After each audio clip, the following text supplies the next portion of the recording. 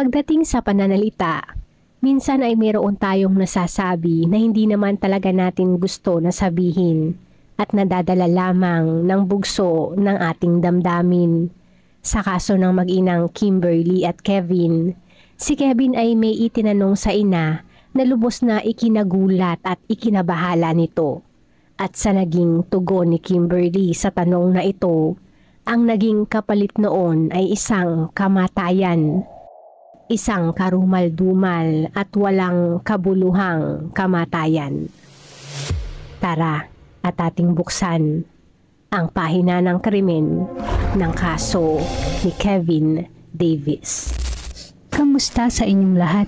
Bago natin simulan ang ating kwento, kung bago ka pa lang po sa channel, please hit the subscribe button at pakipindot na din po ang notification bell para maging updated ka sa susunod nating kwento.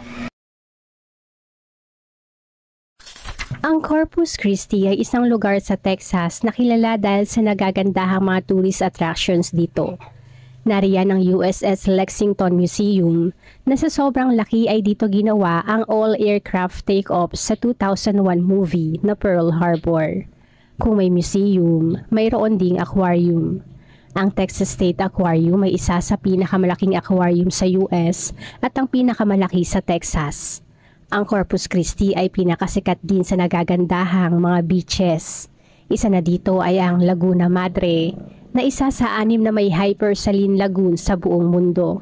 Ibig sabihin mas madali ang mag-float sa tubig dahil ang tubig dito ay mas maalat pa kaysa sa dagat. Kung pag-uusapan din lang ang alat, siguro ay kasing alat din ito ng buhay ni Kevin dahil ang kanyang buhay para sa kanya ay sobrang boring. Si Kevin Davis ay pinanganak noong December 27, 1995. Walang gaanong detalye sa kung anong karanasan ang mayroon siya noong kabataan niya, ngunit ayon sa mga kakilala, siya ay may pagka-weirdo at kakaiba. Mahilig sa anime at madalas na maglaya sa kanilang tahanan. Siguro ay wala siyang pangarap o pinaglalaanan ng kanyang oras, kaya nang siya ay mag-18, siya ay nakaramdam ng matinding pagkainip sa kanyang buhay. Meron siyang malaking pagkadisgusto sa mga tao at hindi na masaya pa kung saan patungo ang kanyang buhay. Kaya naisipan na lang niya na magpakamatay. Sa naisip na ito, siya naman ay nagpaalam muna at humingi ng permisyon sa kanyang ina na si Kimberly. Si Kimberly Hill ayon sa mga kakilala ay isang tao na may pagpapahalaga sa buhay. Siya ay mapagmahal na ina sa kanyang mga anak at may malaking malasakit sa nakararami. Ang mga katangian na ito ay hindi naman nalalayo sa kanyang trabaho dahil sa siya ay isang caregiver na mas higit na binibigyan ng oras, atensyon at panahon ang mga tao na nasa bingit na ng kamatayan. Bago naging isang caregiver, si Kimberly ay naging isa ding Marine Corporal. Malinaw na siya ay isang babae na may malaking pagpapahalaga sa buhay at serbisyo, pero nakakalungkot na sa isang maling sagot, siya ay nakaranas ng isang walang saysay na kamatayan. March 26 ng hapon, sa naging desisyon ni Kevin sa kanyang buhay, siya ay sumulat na ng kanyang suicide note. Bandang 10:00 ng gabi naman nang sabihan niya ang kanyang 50 anyos na ina na si Kimberly para hingin ang permisyon nito na tapusin na ang kanyang buhay. Si Kimberly naman bilang tugon sa tanong na ito ay sinabi na hindi nito kontrolado ang aksyon ng anak. At kung sakali man nakikitlin talaga ni Kevin ang buhay nito, kailangan na lang niya iyon na harapin. Hindi na naging malinaw pa kung bakit ito ang naging tugon ni Kimberly, ngunit base sa isang source, si Kevin ay madalas nasabihan ng ina tungkol sa kagustuhan nito na magpatiwakal. Maaari na sa pagkakataon na ito, sa kabiglaan sa sinabi ni Kevin na talagang humingi pa ng permisyon sa kanya.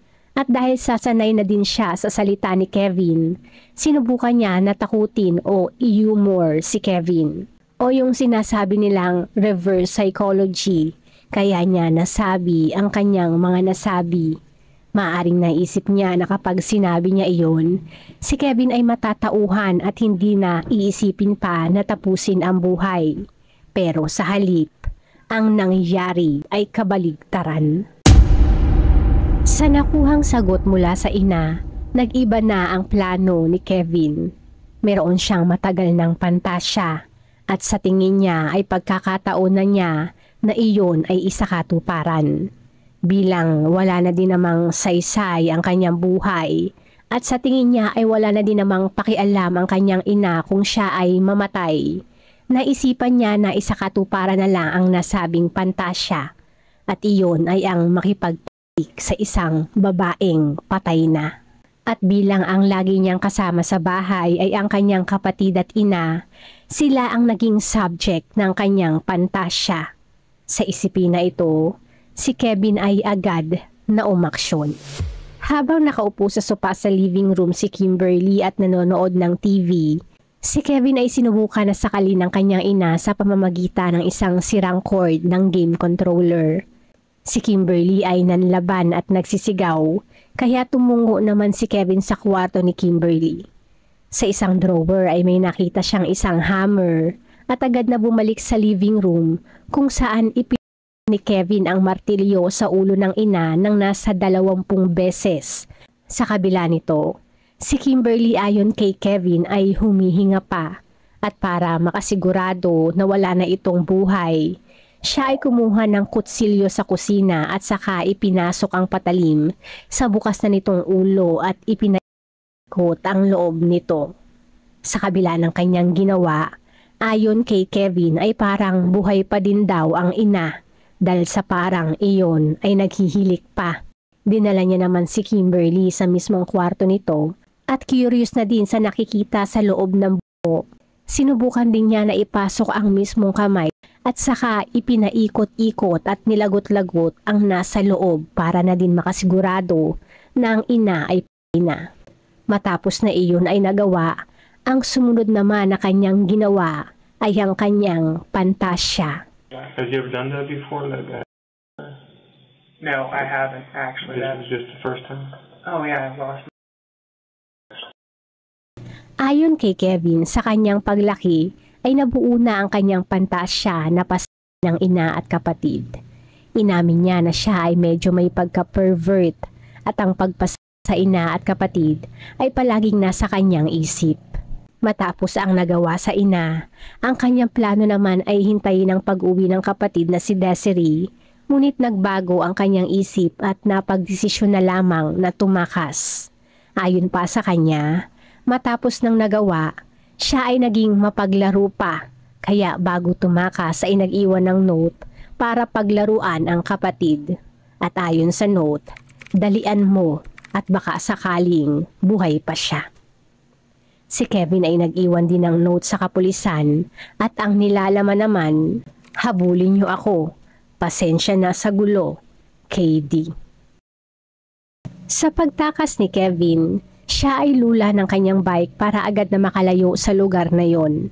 Nang medyo nakalalayo na ay bigla na lamang daw siyang natauhan at nagsisi sa kanyang nagawang kasalanan. Alam niya na wala na siyang pupuntahan at ang kanyang buhay ay wala na din namang kahihinatnan, kaya nagdesisyon na lang siya na isuko ang sarili. Siya ay bumaba sa kanyang bike at kumatok sa bahay na kanyang nakita. Sinabi niya sa mga residente doon na pinaslang niya ang kanyang ina at kailangan nilang tumawag sa kapulisan. Matapos na iyon na itawag sa 911, ang mga otoridad naman ay agad na dumating sa bahay at agad na inaresto si Kevin.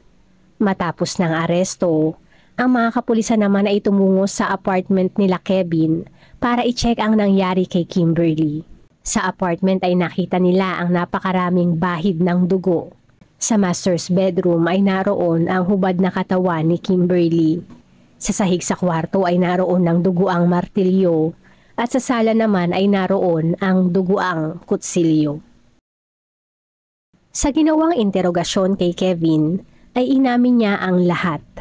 Ang ginawang pagpaslang ay nag-ugat sa naging tugo ng kanyang ina at naging daan para maisakatuparan ang kanyang pantasya.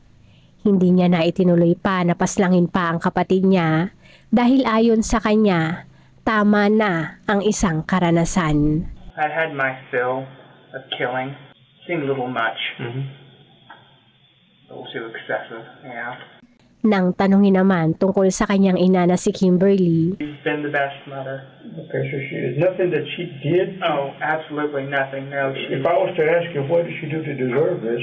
What would you answer? Absolutely nothing. I'm a Terrible cruel, disgusting person.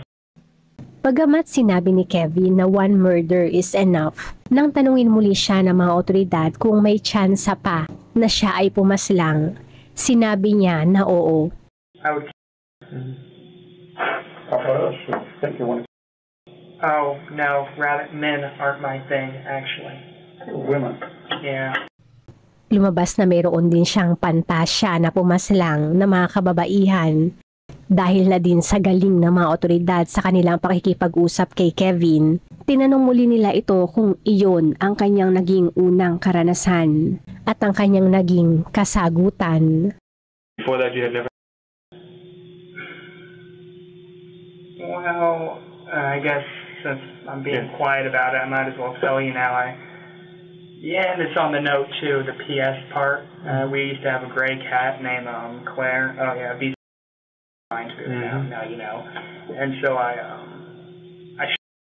drowned, and then and you know the rest. Kind of get the rest. Yes. Dead cat. Yeah, ripped it open, stuck it in there. Yeah. Sa kanyang trial, bagamat siya ay nag-confess sa ginawa, siya ay nag-plead ng not guilty noong una para subukan ang depensa na insanity. Isang psychologist ang nag-evaluate sa kanya at sinabi na mayroon siyang personality disorder, ngunit hindi iyon sapat para patunayan na hindi niya alam ang mali sa tama. Ang kanyang confession ay recorded at nagsilbing ebidensya para patunayan na siya ay sane enough sa kanyang ginawa. Eventually siya ay nagplead na din ng guilty at nasentensyahan ng life in prison at maaaring makapagparole sa taong 2044. Si Kevin ay sinasabing wala ng direksyon pa ang kanyang buhay, dahilan para gustuhin na niya na mamatay. Nagkulang lang ba siya sa guidance o sadyang wala lang talaga siyang pakialam? Batay na din sa kanyang naging interogasyon, si Kevin ay in no doubt isang serial killer in the making. Ang kanyang lack of remorse sa karumal-dumal na nagawa during interrogation ay isa ding patunay na wala siyang pagpapahalaga sa buhay. Ayon sa kanya, wala siyang standard o moral. Ang katawan ay katawan at isa lamang parte ng laman. Bago isara ang ating pahina, shoutout po sa ilan sa ating manonood.